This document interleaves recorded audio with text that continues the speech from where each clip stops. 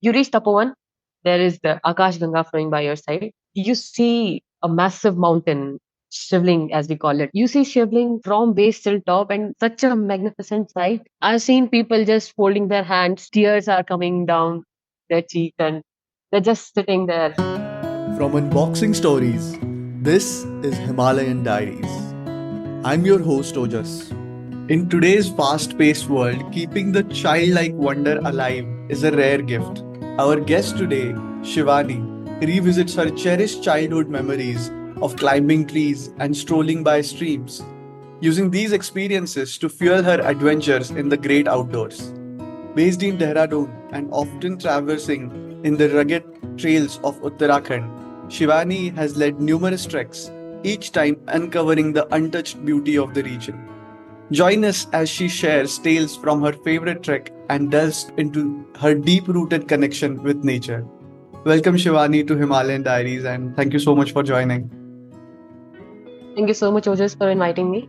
And it's been a great pleasure being here. Hmm. Which, according to you, is the most overrated trek or a trek that you hate? Uh, that is a tricky question, but I won't say I hate this trek, but there is some part of it that I just don't like a bit, which is Nag Tibba trek. Mhm. So overall, it is a great trek, a good trek to start with, and just a beginner level trek. It can be done by any age category. Uh, just the thing that I don't like about this trek is that on the day when you start, like when you start from the base village, you start around 11 o'clock, yani, 11 or 12 around, and you're all the way, starting from the base village till the base camp, you are just walking in direct sun. There is no shade. There is just one tree, and which is nearby a tea house. Mhm. So you are just basically walking in scorching heat. So that won't be the trek I'd suggest someone to do in the months of May and June. Usually, people don't answer this question. How can you hate a trek? But thank you so Yeah, much for being you have cat. to be diplomatic. लोग बोलते हैं नहीं, how can you hate a trek? But yeah, why not? If you ask me, I would say I don't hate any trek, but I hate the portion of reaching from a city to the base camp. That's the most tiring journey. Yeah, right. We have this segment called Trek Walkthrough, and so you have to choose a trek. कोई भी हो सकता है from whichever treks that you have done, and you have to Okay. walk through the trek. How to reach the base camp? How does the day one look like? And how does the day of summit look like? Okay. So I'd like to talk about Gaumukh Tapovan trek. Mhm. So Gaumukh Tapovan trek uh, is also one of my most favorite treks. I'll tell you why. But first, we'll start with the trek itself. On Mhm. day one, we start from Rishikesh and reach Gangotri. So Gangotri is a temple which is very a revered temple in the Hindus, among the Hindus. So we reached there. It is at more than 9,000 meter in the mountains. Whatever is above 9,000 feet, sorry, 9,000 feet is termed as high altitude. So it is a high altitude trek. So we make sure that when the trekkers arrive, they get a day to relax and roam around so that they acclimatize well. So on day two, we just take them on a stroll to the nearby places. There is this cave, Pandav Gufa. There is a very beautiful museum which belongs to Swami Sundaranand. He was a yogi. He was a writer. He was also an avid mountaineer. So I would recommend everyone who is visiting Gangotri to at least visit that place. Like you'll be inspired to visit such a place and see about the life of a yogi who was like he was very simple, and he has done a lot of exploration in the Himalayas. So after On the first day, we just roam around in Gangotri, do some shopping, and we attend evening Ganga Aarti. And on day three, so day three is when the actual trek starts. So day three is from Gangotri till Chidbasa. Mm-hmm. So the trail is not very tough, I'd say. So when you are 20 minutes into the trek, there will be a checkpost. There will be a forest checkpost, and whoever has not got the permit to enter the Gangotri National Park, they can get their permits made from there, and they can continue their further journey. And there are a lot of pilgrims also on the way, so you won't be trekking alone. There will be a lot of people who will be walking alongside you, and you'll be walking along the Bhagirathi River. As you walk, you'll be welcomed by a very vast valley, and with each step there will be one mountain coming from this side and other from that side. And the topography is very rugged, I'd say, which is not very common in Uttarakhand. Like, it gives you a feel of Spiti Leh kind of geography. And when you reach Chidwasa, there is a forest guest house over there, and either you can either stay at the guest house, or you can simply pitch your tents. You just have to get the permissions from there, from the Mm-hmm. forest department. And day four, is from Chidwasa to Bhojbasa, and day four is also I'd say it's a little bit longer than the day three, but it is comparatively, like, the trail is gradual, not very steep. You have to, like, cross some streams along the way, and as soon as you reach Bhojbasa, you'll be able to see GMBN on one side, and there will be two, three of the ashrams on your right hand side. From Bhojbasa, so there was a trail which used to go from the left hand side. A few years back, what people used to do is take that trail only and reach till Gaumukh. Mm-hmm. So what has happened now is that trail has been washed away, and there is one trolley installed. That is a manual trolley.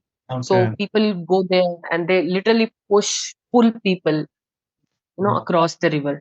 On day five, we start from Bhojpasa, and we go all the way till Tapovan. So Mm-hmm. on this day, what is the first thing that we have to do in the morning is we have to take all our gear, all our camping gear. We have to get to get it across the river, and along with the clients also, along with the trekkers. So it is something that takes a lot of time. If I say, there was a time when I went there, I was with the 20 trekkers, and it took us around uh, 3 to 4 hours to get all our gear and everything to the Wow. other side of the river. Mm-hmm.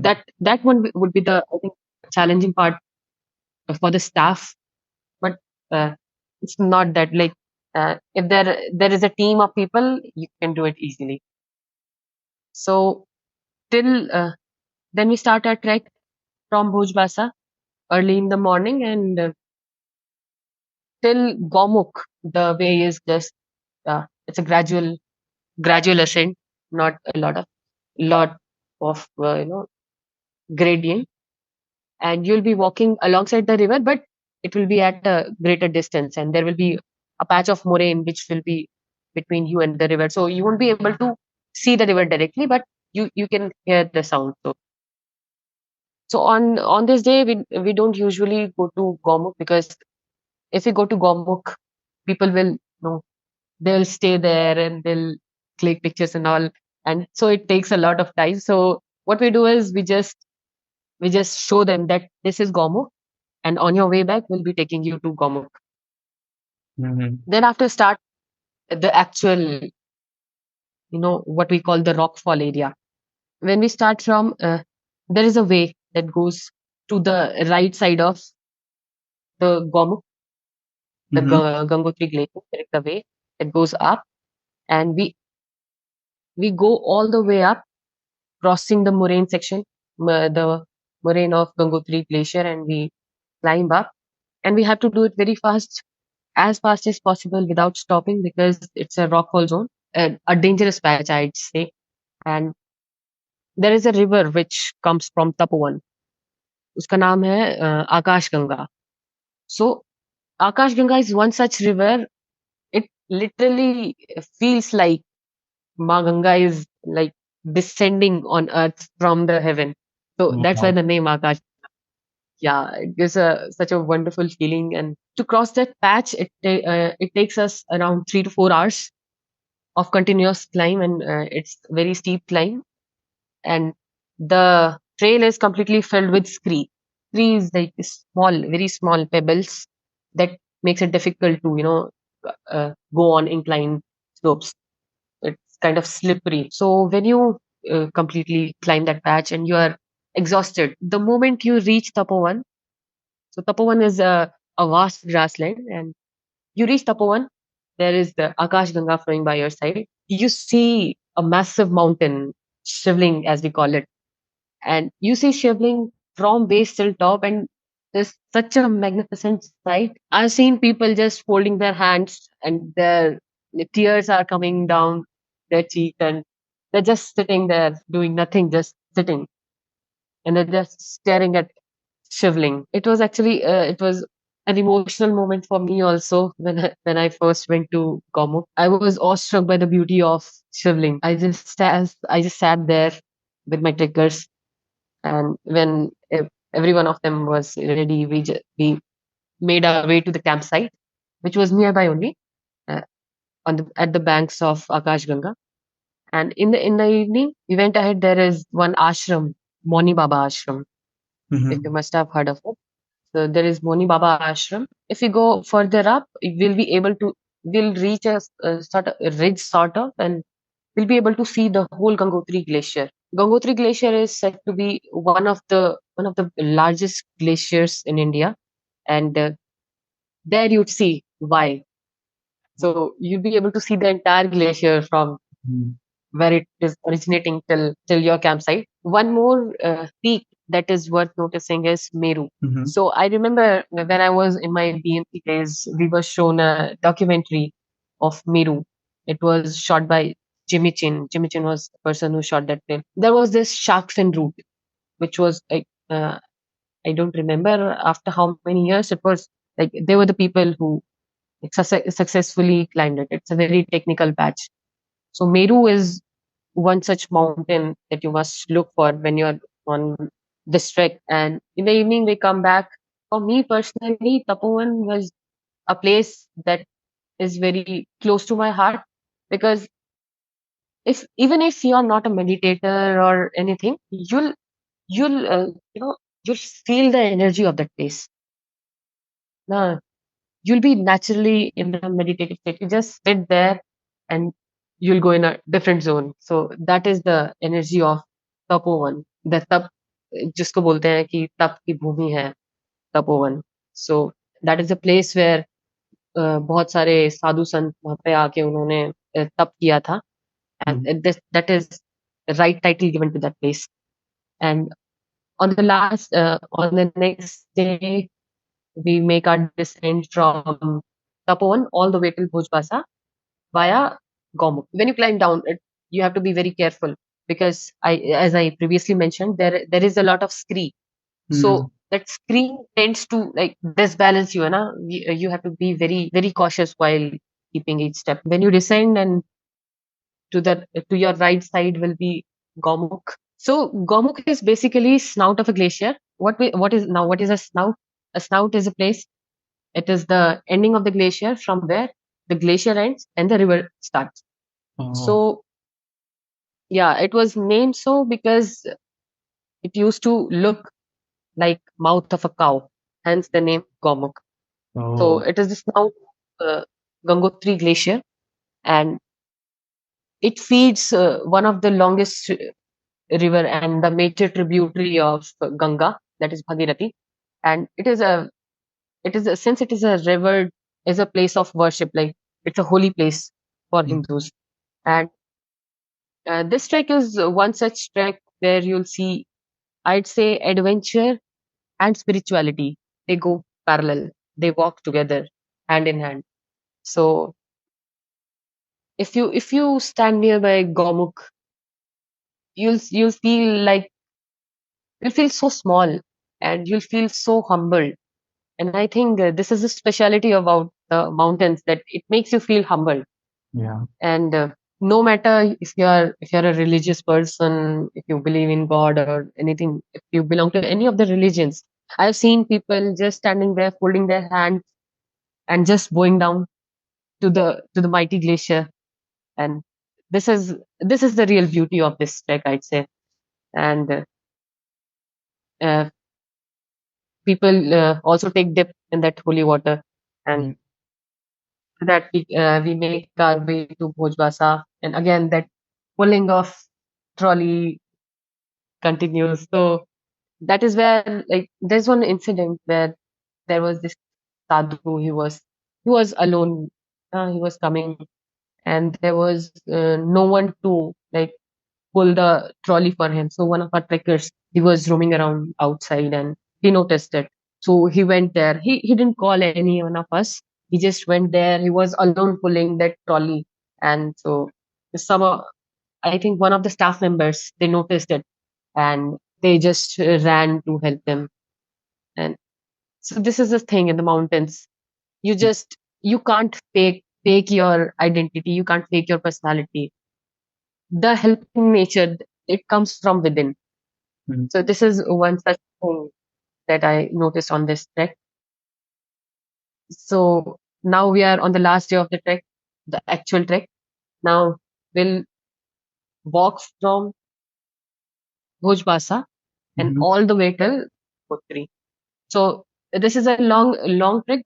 This is a long day, but it won't be that much tiring, because since you are going making a descent, and so it won't be that much. It's just that the distance will be a lot. Mhm. So in the by the afternoon time, or in the late afternoon, you'll reach Gangotri, and then the trek ends. And, Mm. and the next day we say goodbye to the beautiful town. Uh-huh. That was a really Yeah, great trip. You, as you said, it sounds like it's the trek is full of spirituality and views and all the mites of the Himalayas that you can get in one place.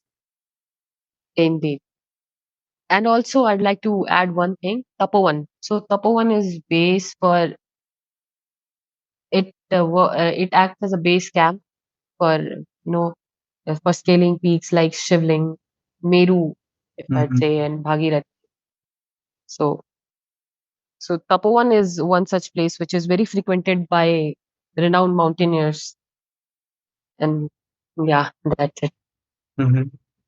And you mentioned there is a story behind why this trek is your favorite. First thing is the Mount Shivling, and the second thing is this Gaumukh itself.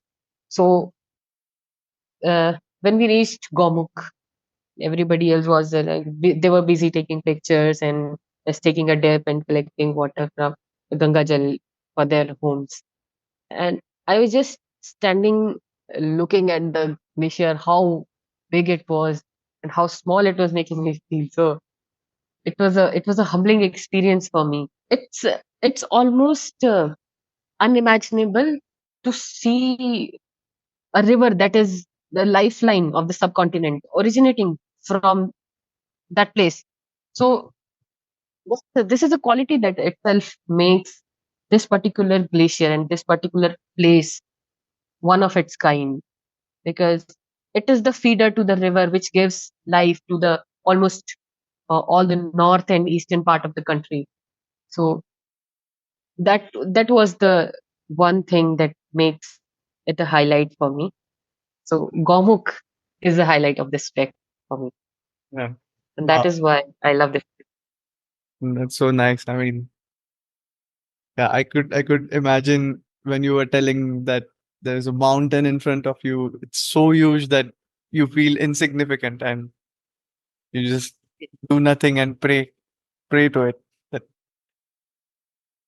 So, Shivani, where are you from? How was your growing up? I'm a native of Uttarakhand. I belong to Chamoli district. My parents were born and brought up there. And I was born and brought up in Haryana. And I came back to Uttarakhand because my parents went to Haryana in search of employment.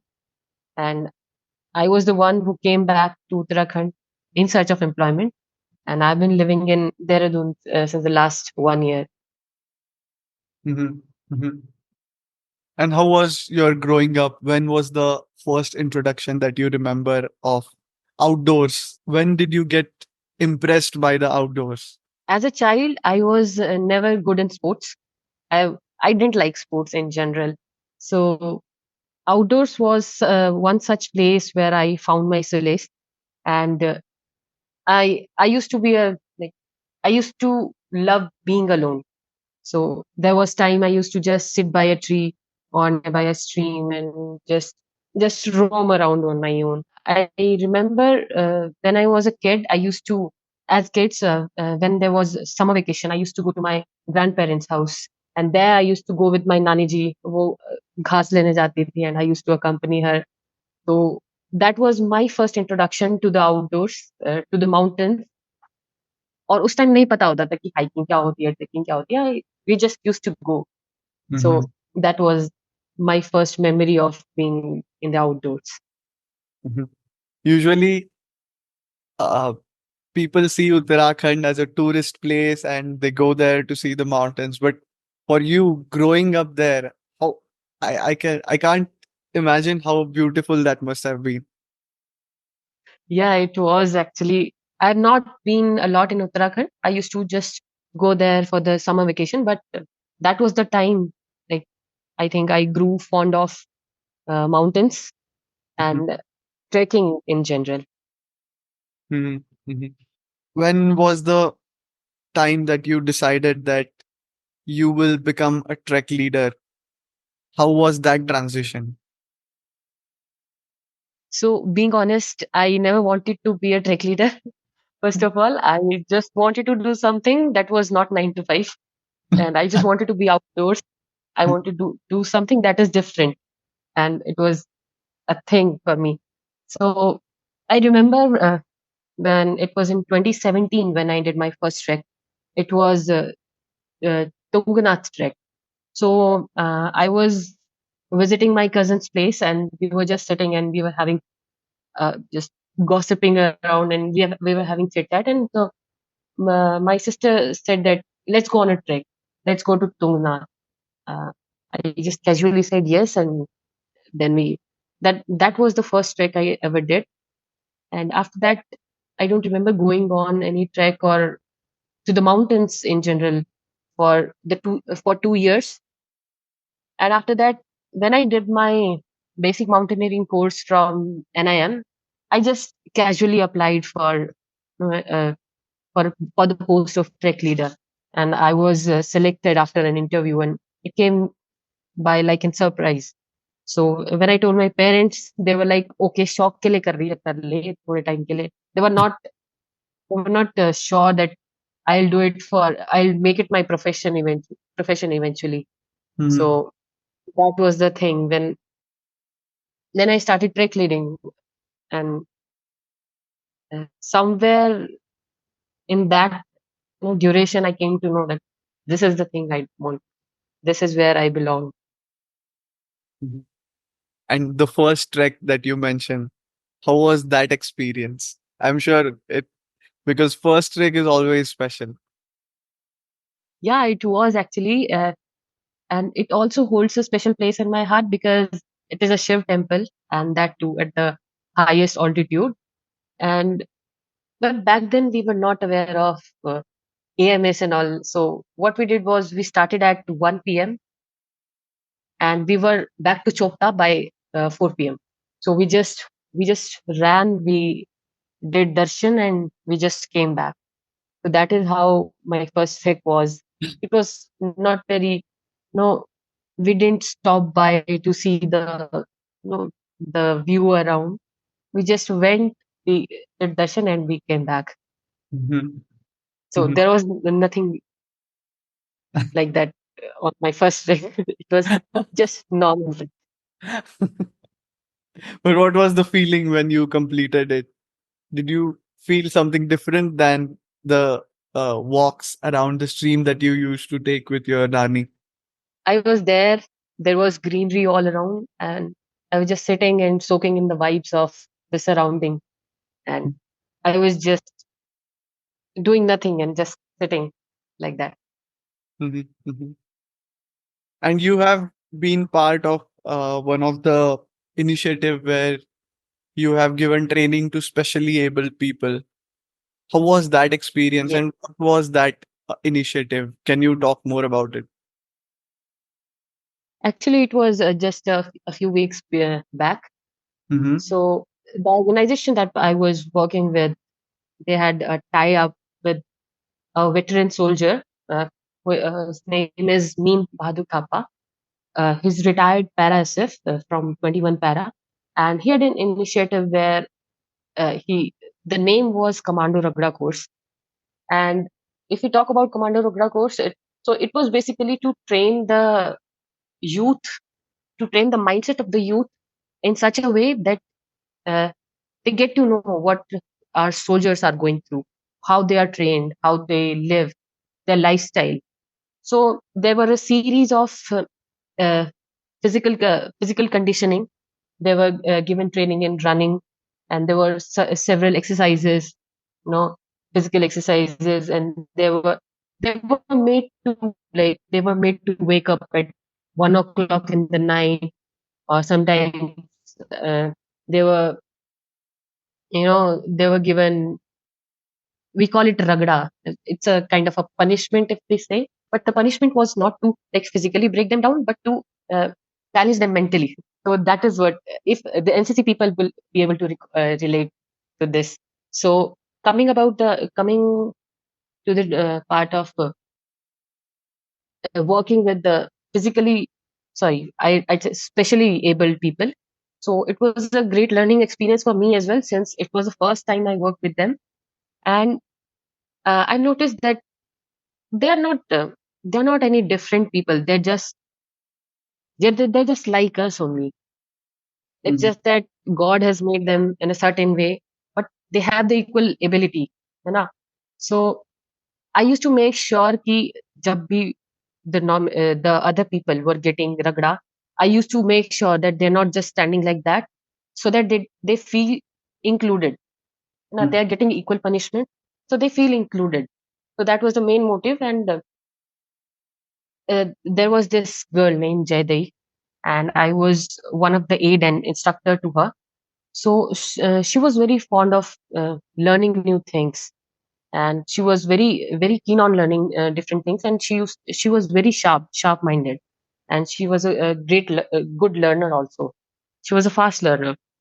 So it was a great learning experience for me as to how we take small things for granted, how we take our physical health for granted. Like we have all our body parts in place now, working well, and there are some people who don't properly take care of themselves, and they're not aware how precious this body is.